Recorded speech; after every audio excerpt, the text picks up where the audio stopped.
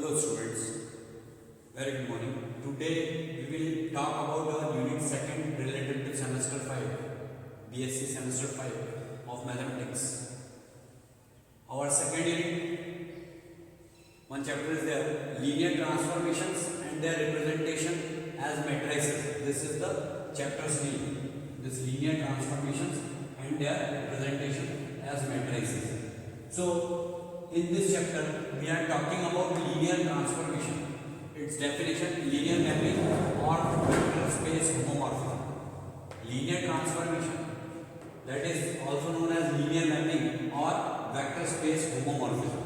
So in its definition it is mentioned here that let U of f and V of f be two vector spaces over the same field f. Here it is f. See, in both the places, U of f and V of f, where f is same field, and these U and V both are vector spaces over the same field f. Then a mapping T such that U maps over V is called a linear transformation. This complete is called linear transformation or a linear mapping. This may called linear transformation or linear mapping. See, linear transformation or linear mapping or vector space homomorphism means, I want to tell you one thing, that all these are one and the same thing. Linear transformation, if the definition of linear transformation will be asked, then it will be linear transformation. If the definition of linear mapping will be asked, it is the definition of linear mapping also, and it is, if the definition of vector space homomorphism is asked, then this is the definition of vector space homomorphism also. Of U into V, of U into V, of U into V.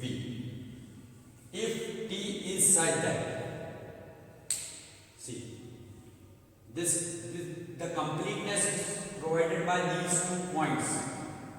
If T is such that T of alpha plus beta is equal to T of alpha plus T of beta, where T of alpha is called image of alpha and T of beta is called image of beta, where alpha comma beta are the elements of U, means alpha and beta are vectors. Okay.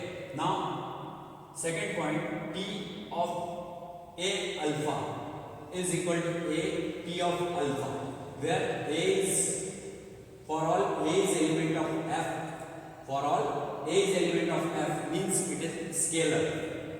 F is field, so A is element of field, and for all alpha is element of vector space. Vector space is U, alpha is vector. Okay, so A is scalar and alpha is vector. In that case, if T of A alpha will be written, then it will be written in this manner, is equal to A T of alpha. Then the set of all linear transformations from U of f into V of f, set of all linear transformations from U of f into V of f is denoted by this L for linear transformation. Okay. This U is U of f and this V is V of f. So it is L and in bracket U comma V, where U and V both are the vector spaces over the same field which was expressed previously in our definition. So a linear transformation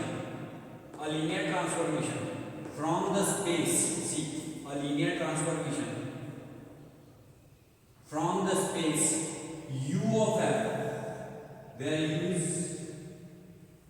U of f is vector space over the U of f and into V of f, where U of f and V of f both are the vector spaces over the same field f. So the linear transformation from the space U of f into V of f is homomorphism from the additive group U plus. Additive group can be assigned as U comma plus in bracket into the additive group V comma plus.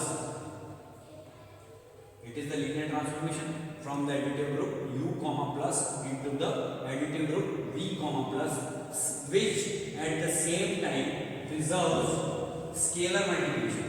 At the same time it preserves scalar multiplication also. Thus the conditions first and second means it is mentioned here. First and second means t of alpha plus beta is equal to t of alpha plus t of beta for all alpha beta is element of u, and second that is t of a alpha is equal to a t of alpha for all a is element of f and alpha is and for all alpha is element of u. Both these conditions are equivalent to the single condition. These conditions are equivalent to the single condition, that is t of a alpha plus b beta, that is t of a alpha plus b beta is equal to a t of alpha plus b t of beta for all a comma b is element of field and alpha comma beta is element of vector space, that is u, where t of alpha and t of alpha comma t of beta both are element of v. Try to understand.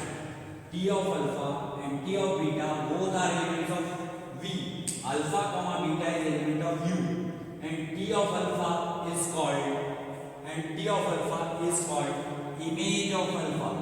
T of alpha is called image of alpha. Thus the transformation t from u into v preserves all linear relations. What it preserves? All linear relations. The transformation t from u into v preserves all linear relations. Therefore what we can say, this homomorphism is also called linear transformation because it preserves all linear relations. Why it is called linear transformation?